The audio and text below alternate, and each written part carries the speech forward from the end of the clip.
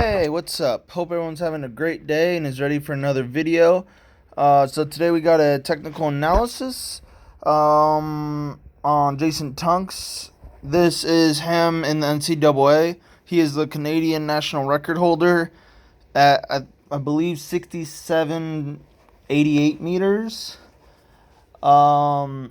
He's a three-time Olympian for the 1996 Atlanta Games, 2000 Sydney Games, and 2004 Athens Games.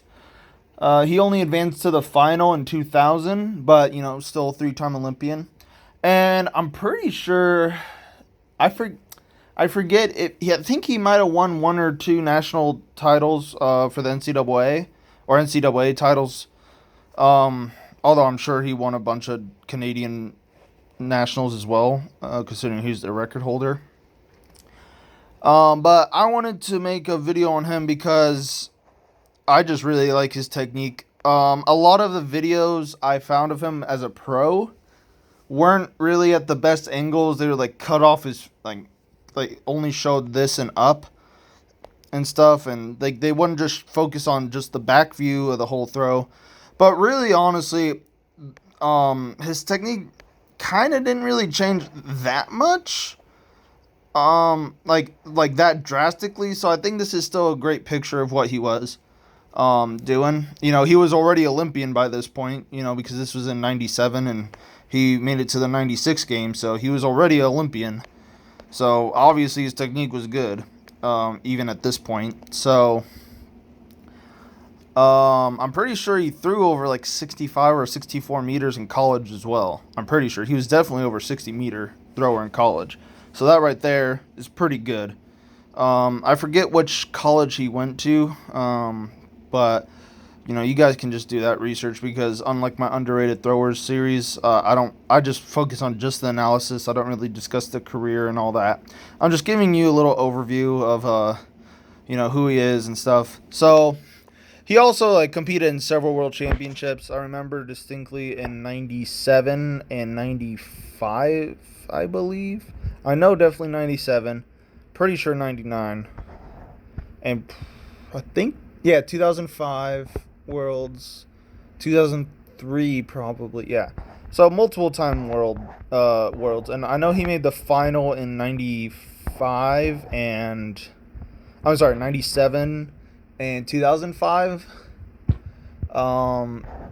But yeah, so let's get into this.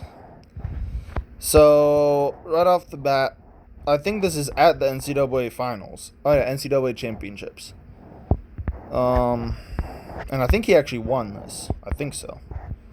I don't know how far this throw is, so let's just watch this, just regular motion. So really nice, smooth technique. Really tight in the circle. Gets around, doesn't waste any time. Really smooth, very simple, repeatable technique, which is why I feel like he was very consistent. You guys, before we move on technique, you also might know that he's the dad of the number one U18 or under 18 women's discus thrower. He's the father of her. And she's just threw like 61 meters this year, so, really, really good. So, and I think he's coaching her, so obviously he knows his stuff. To be able to coach someone to do that, especially your daughter or his daughter. So yeah, just wanted to throw that out there. And I actually had the pleasure of meeting him one time and seeing his daughter compete. I don't think it was that one. I think he has another daughter. So I've got to see her throw shot put, but I got to meet him, and my God, he's tall. I think he's like 6'7" or something, like 6'7", 6'5" probably. He's tall and really lanky, and you can probably see that by this video. But let's get into this. So let's get into this analysis. Let's start here. So winds, nice and simple wind, keeps weight. Keeps weight on the legs, both legs. All right, so he doesn't shift all the way over to the right, so he's evenly balanced. in weight right here. All right, very nice. Keeps a nice level wind. Nice and relaxed upper body. Love that. All right. Turns his foot all the way, but that's fine because he's connected. But the important thing is he stopped this. So he doesn't turn both feet that way. He stops his right side and lets the left side turn. All right. So that creates that tension and that separation in the hips. And then he turns. Really nice and level. This almost kind of looks like canter out the back. Early canter. When he was dropping 70 every time. Every throw. Like this almost exactly actually looks like Gerd Cantor out the back. So he gets here. Really nice easy turn. And what I really like is how he doesn't move this right leg until this left gets around. So he creates this nice V, reverse V. So it's the knees are apart and he's keeping them wide. So as this goes, this right knee is going to go out and around, which creates that wide sweep and that separation with the hips right here. So he has this nice wide sweep. Not super wide, but not super in, kind of in the middle. Like he's not like all the way out here, but it's perfect. You know, I really like this type of sweep in discus. I like it actually way more for shot put. In discus, I tend to like a little wider, but, you know, it doesn't really matter. As long as his knees aren't super close together, it's fine. It's doing its job. It's not bad. All right, so he gets here really nice. And what I really like, too, is that I like sweeps, the sweep leg to not get above the knees. All right, and he does a fantastic job of that, which what I mean by that is he doesn't just kick up and around. He keeps it low, which makes it easier to stay over your left and not to fall over it and dive into the middle, because then you're going to be at an angle where instead of his chest being up, which is really good, he would be super down and just falling and be super off balance. And he wouldn't be able to actually drive off this left leg. So I really like this low and around right here, because I think it makes it a lot easier to keep balance over this left. All right. This is actually, now that I've never actually broken down his technique, this actually looks a lot like canter as well, to be completely honest. So he gets here pretty good. Really like this position. I know I always say left armpit over left knee, but as long as your hips aren't breaking, so you're not like bending forward or losing tension in your hip and the armpit is over your foot, that's fine. You know, sure, it'd be great if you went a little wider, but like, it doesn't really matter, because at the end of the day, as long as you're balanced, you feel balanced over this left foot and you're able to push off and you're not falling and you're not out of control, it's fine. You know, a lot of people throw like this. It's very hard to actually get to the position where your left armpit is over this left knee. So that is a really hard position, and sometimes it can feel awkward. So this is just a very nice, simple technique. So he doesn't really shift that way onto his left. He more just presses into the ground and just turns. But he keeps a nice wide knee. All right, so usually what I see a lot of younger throwers do is they skip this part. So what they'll do is they'll get to here, stop turning, and then just fall in. And then they don't complete this turn. And this turn is really important because, as you can see, his knee is facing that way.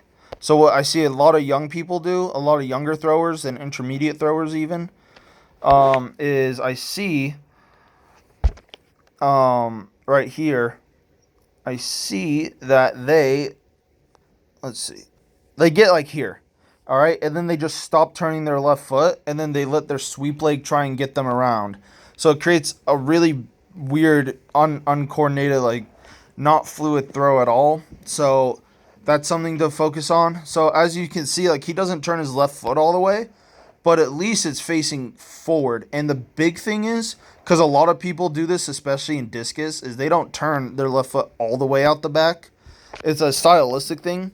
So usually when you do this kind of style where you just kind of just turn and you don't really shift that way, it will usually tend to make you stop your left foot early. But it's not really early. Well, it is early. But if you notice, his left knee is facing the middle of the sector, and that's what you want. All right, so Cantor did this. I'm pretty sure Virgilius Alekna did this. I think Robert Harding did it. Yeah, Robert Harding did it. I can list a whole bunch of throwers that look like this out the back, and that is fine. All right, they all throw far. All right, so you can throw far from this, obviously, because he did. So what's important if you're looking at yourself throwing is this, the left knee. So even if your foot is pointed that way, as long as your left knee is pointed towards the middle, you're fine. All right. So he gets here. The discus is behind him. This is actually really ahead of his time too. Letting this left arm. So what he does with his left arm is he keeps it in line with this left knee and watches it. And I think that's a really good cue for younger throwers to have, is to just watch your left arm out the back, because what happens is it's very hard to rush out the back, and it makes you actually turn instead of just fall back. So it makes you actually complete your turn out the back, which he does a fantastic job of doing right here. All right, so gets here, really like this open left arm because it makes it easier to turn out the back and rotate the hip. But if you notice, he stops his chest. So actually, honestly, he looks a lot like Cantor, except for the finish in the high point. Actually, yeah, there are some differences. Yeah, but like from the back to here, this kind of looks like Gerd Cantor's 73-meter throw. So yeah, that's actually very surprising. Again, I've never actually sit down and broke down his throw. So this is not a first reaction, because I've obviously seen him throw, but never actually fully break it down. So that's actually very interesting. Especially because, Gerd Cantor wasn't that big at all. I think this was probably one of his first years in his early pro career or something, probably. So, this is actually before even Cantor fell on the scene, so interesting. But really like this position right here. So he's holding the chest. Yeah, he could have held his left arm to sector and whatever. Who cares? That's a nitpicky thing, because he gets the same thing. I don't really like how he rises that much. I can't tell if no, he doesn't fully extend. Okay, never mind. I thought he was jumping because it's all blurry, but no, his left knee is still bent. So that's very good. His left knee is still bent, so that means he's driving forward, which is really nice. And if you notice, he times this so that his chest stays there for a split second to let his right foot pass. All right. And what I don't really like is this position. I don't mind it because he can get away with it because he's going so fast. I tend to like a lower sweep leg, but again, if this is comfortable for you, actually this looks like Gerd Cantor as well. This actually looks a lot like Gerd Cantor's throw. That's actually very interesting. Wow. I'm actually very surprised about that. But anyway, love the separation, the knees. This is actually very ahead of its time. Now I'm thinking about this, because a lot of throwers did not throw like this back then. A lot of people were squeezing the knees, jumping a little up. I guess it was kind of getting towards the point where we were kind of done with that era. I think Lars Riedel and Jürgen Schultz played a big part in that. But yeah, his finish isn't really like Cantor, but which I think is what really, him and, he's a totally different person. But, and again, this isn't him as a pro, so, his technique probably got, well, yeah, his technique definitely got better. I would hope so, from college to being a pro. Um, but let's get into here. So what I really like is that he didn't jump. So he's going forward, and you want this linear energy. I really like how he kept the sweep leg low, and I really like this. In discus, I really like a pre-turn. In shot put, you can take it or leave it, simply just because it's a smaller ring. But in discus, I really like a pre-turn, simply just because it's a bigger ring, so it gets you a little more chance to get a little more across the ring, while without slowing down, because it gets your hips turned in the air. Um, so it kind of makes up for that little more air time, so you don't decelerate as you get to the middle to the front. So I really like this position right here. So everything is stacked on top of each other. That's a terrible line. There we go. Everything is stacked on top of each other. So really, really nice, super on balance. And his left foot is super fast. It's already past his knee, so that's very nice. If I had to say one thing, I don't like how he drops his right heel a little bit, because I think he would have thrown a little further on this throw if his foot was pointed that way instead of that way. But I mean, it doesn't really matter, because because then he pushes and keeps it high, and it never really stops. So, it's fine. Like, it's just like, that's a very nitpicky thing to say. So, we'll deal with it. But, that's just for you guys, try and keep your right ankle stiff, or at the very least keep turning if it is going to drop. And what I really like is this catch position. So it catches, the discus is super far back. He's opening this left arm, creating this stretch in his chest to get that stretch reflex. And he turns. And, I know, yeah, he could have probably stayed on the ground a little longer, maybe turned his foot a little longer and keep grounded longer.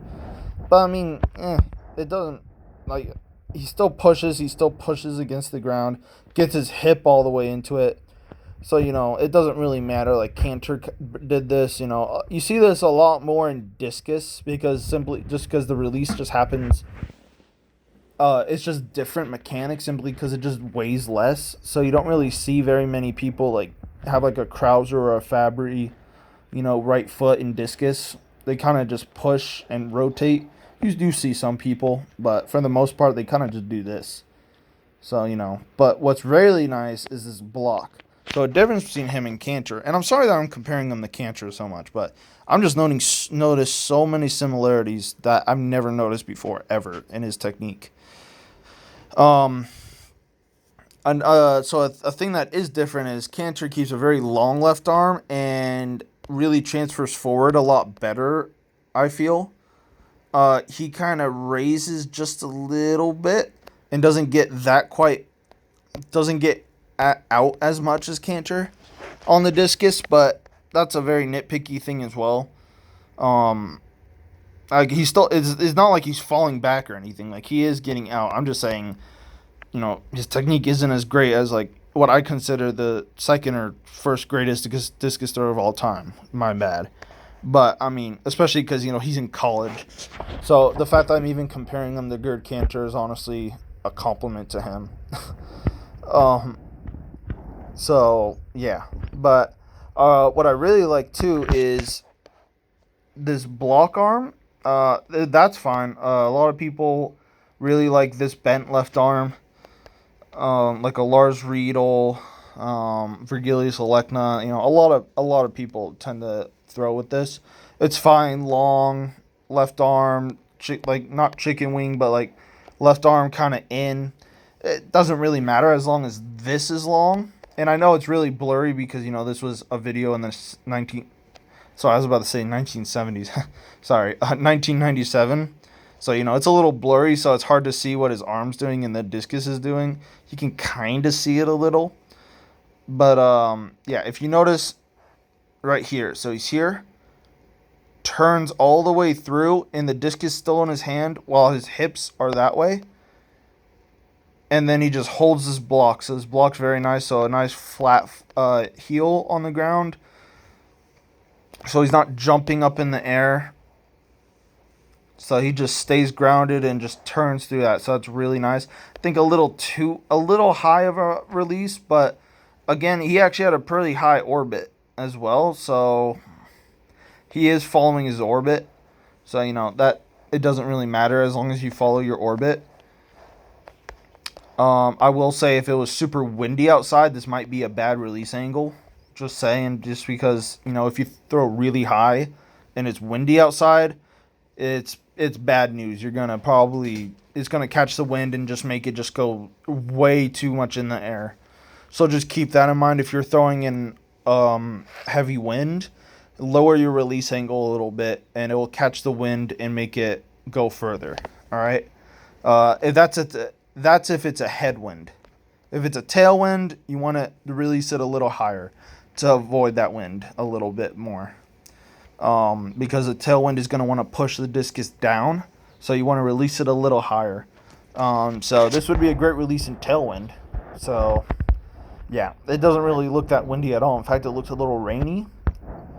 So yeah, but overall, really, really nice throw. So I see a lot of people, and they'll be off the ground by this time, and then really slow down their discus. So you want to be patient on the throw. So you see how he's here, and he waits until his hips are facing the sector. His shoulders are facing the sector. His head is facing the sector. So his whole body's facing the sector. And then he waits to turn and release the discus. So he accelerates all the way through and gets that nice whip on it. Alright, so that's very, very nice. Alright, so if you're a reverser, take this in consideration, is to be patient. And it's one of the hardest things to do on a reverse. Especially if you do a lot of stuff good out the back. It's very hard because you're thinking, oh, I set this up perfectly, I'm just going to kill it. And that's usually not a good thing. Usually your best throws will feel very, very slow. Alright, which is very good, and it'll just snap off your hand. Because it should just feel very easy.